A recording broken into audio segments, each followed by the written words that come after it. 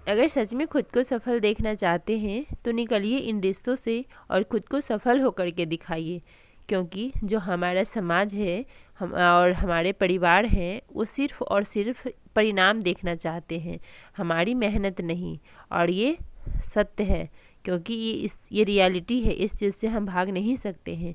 क्योंकि दुनिया जो है वो सिर्फ रिजल्ट देखती है, आपके परिश्रम, आपका जो आपने कितना में इसके लिए संघर्ष किया है वो कोई देखना नहीं चाहता है। हम कहते हैं ना कि ये इंसान की देखो तो कितना अच्छा है, फिर भी इसी के जीवन में इतना कष्ट क्यों है। जो जितना अच्छा रहता है उसी के जीवन में ज़्यादा कष्ट आता है, क्योंकि भगवान को भी पता है कि ये ऐसा बंदा है कि इन सब चीज़ों से इसे पता है कि कैसे निकलना है, वो आसानी से निकल जाएगा। और ये जब उन चीज़ों से निकलेगा तो और मजबूत बनेगा। और इसलिए कभी भी घबराइए नहीं कि मेरे जीवन में ही ये परेशानी क्यों आ रही है, आएगी। और लेकिन आपको पता होगा कि इससे कैसे हम बाहर निकल सकते हैं, तो इसीलिए आपके जीवन में कष्ट आता है। जीवन जीना इतना आसान नहीं होता है, बिना संघर्ष के कोई महान नहीं होता है। और जब तक हथौड़े की चोट ना पड़े पत्थर भी भगवान नहीं होता है।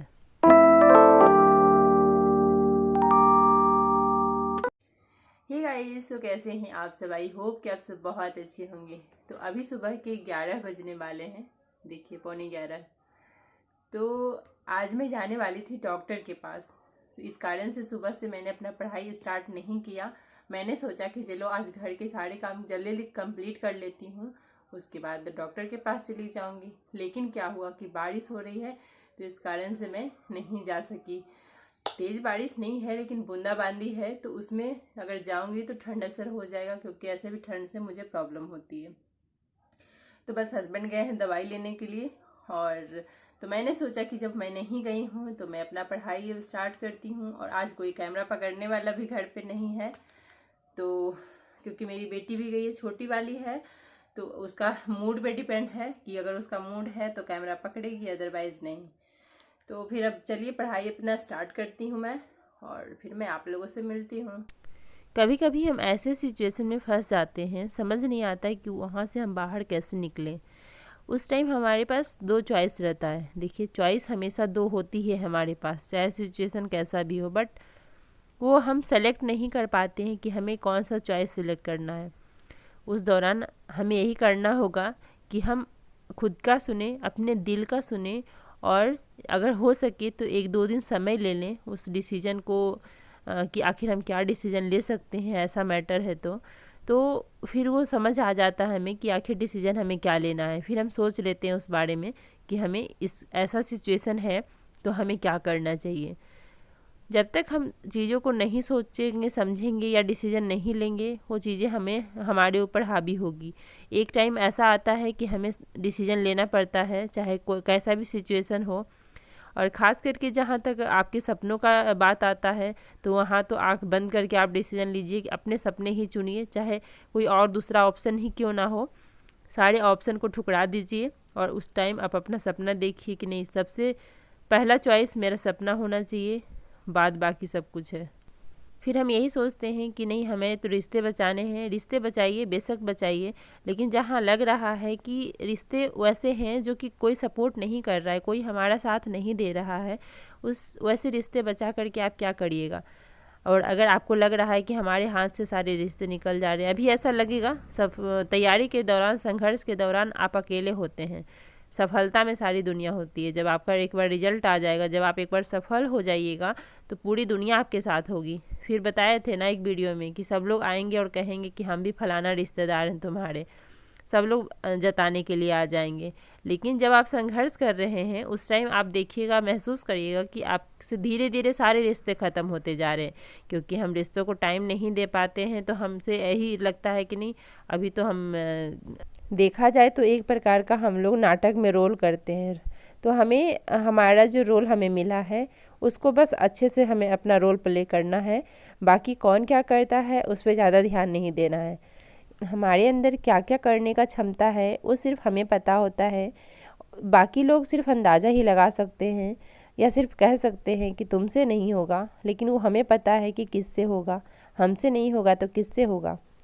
मैं जब पढ़ाई करने के लिए बैठती हूँ तो मैं टाइमर ऑन कर लेती हूँ और जैसे मैं किचन में अगर कुछ बना रही होती हूँ तो उस दौरान भी करंट अफेयर्स का वीडियो लगा लेती हूँ, या फिर अगर मैं कुछ काम कर रही होती हूँ तो भी फ़ोन लगा कर मतलब वीडियो लगा करके रख देती हूँ फ़ोन में क्लास का, या फिर जो भी हो जो मुझे लगता है कि नहीं सिर्फ सुनना है, मुझे इसके नोट्स तैयार नहीं करने हैं, तो वो मैं क्या करती हूँ काम के दौरान मैं वैसे वीडियोज प्ले कर लेती हूँ। उससे क्या होता है कि काफ़ी टाइम मुझे लगता है कि मैं बहुत कुछ सीख रही हूँ, और इससे क्या होता है कि मुझे लग रहा है नहीं मैं पढ़ ही रही हूँ, लेकिन उस दौरान मैं टाइमर ऑन नहीं करती हूँ। जितना देर मैं बैठ के पढ़ती हूँ उतना ही देर मेरा टाइमर ऑन रहता है, और जब तक मतलब ऐसे ही वीडियो देख रही हूँ काम करते हुए तो मैं टाइमर ऑन नहीं करती हूँ, उस दौरान मेरा टाइमर ऑफ रहता है। हम जितना देर पढ़ते हैं ना उससे ज़्यादा हमें उस पढ़ाई का माहौल में रहना होगा। जैसे कि अगर हम 7 से 8 घंटे पढ़ते हैं तो हमें 8 घंटे लगभग उसे सोचना है कि क्या हमने पढ़ा है, कैसे पढ़ा है, अपने माइंड में उस चीज़ को चलाते रहिए। जैसे कि सोने जाइए तो आप महसूस करिएगा कि आपने जो टॉपिक पढ़ा है, मैं ये करती हूँ इसलिए मैं आप लोग को बता रही हूँ, तो जो भी आपने पूरे दिन में पढ़ा है तो आप जब सोइए ना तो उसके बाद आप सोचिए कि आज मैंने क्या क्या पढ़ा है, वो सबको अपने माइंड पे थोड़ा प्रेशर देना होगा। ऐसा नहीं कि सिर्फ लगेगा कि याद हो रहा है, नहीं, प्रेशर देना पड़ेगा। और सोचिए कि आज मैंने कौन कौन से टॉपिक पढ़े हैं, उस टॉपिक में क्या कह रहा था और क्या क्या था, उसको एकदम आंख बंद करके ध्यान से सुनिएगा, मतलब ध्यान करिएगा, तो आपको वो सारी चीज़ें ना जो जो आपने पढ़ा है वो आपको दिखने लगेगा, अगर आंख बंद करके ऐसा देखिएगा तो।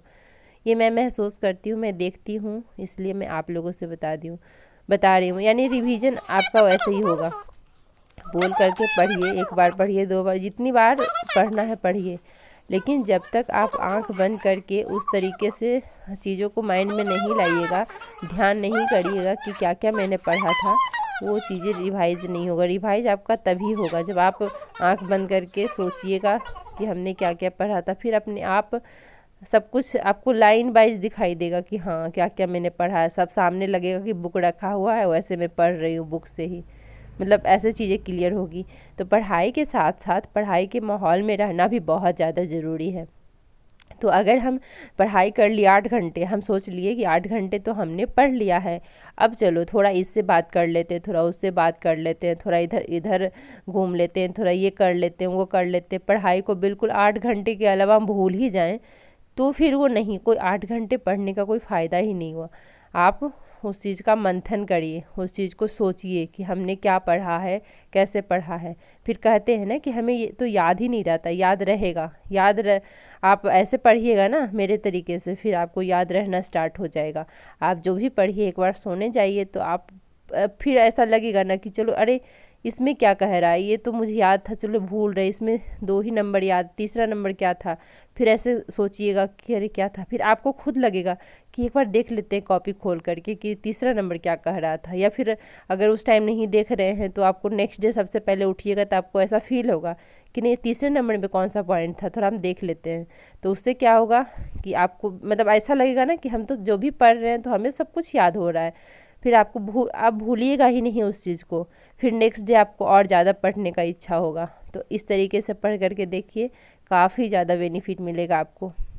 ये मेरा अनुभव है, और जो भी मेरा अनुभव रहता है मैं हमेशा आप लोगों से शेयर करती हूँ। तो चलिए इन्हीं सब थॉट्स के साथ इस वीडियो का मैं एंड करती हूँ। वीडियो कैसी लगी ज़रूर बताइएगा, अच्छी लगी है तो लाइक कर दीजिएगा, और जो लोग अभी तक मेरे चैनल को सब्सक्राइब नहीं किए हैं सब्सक्राइब भी कर लीजिए। और कुछ भी क्वेश्चन हो तो कमेंट के माध्यम से ज़रूर पूछिएगा, और वीडियो को बहुत शेयर करिए ताकि दूसरे लोग भी मोटिवेट हों, और जो मैंने ट्रिक बताया है उसे ज़रूर आजमाइएगा, बहुत ही अच्छा वर्क करता है। आप एक बार करने की कोशिश करिएगा और करके देखिएगा, फिर मुझे कमेंट करके बताइएगा।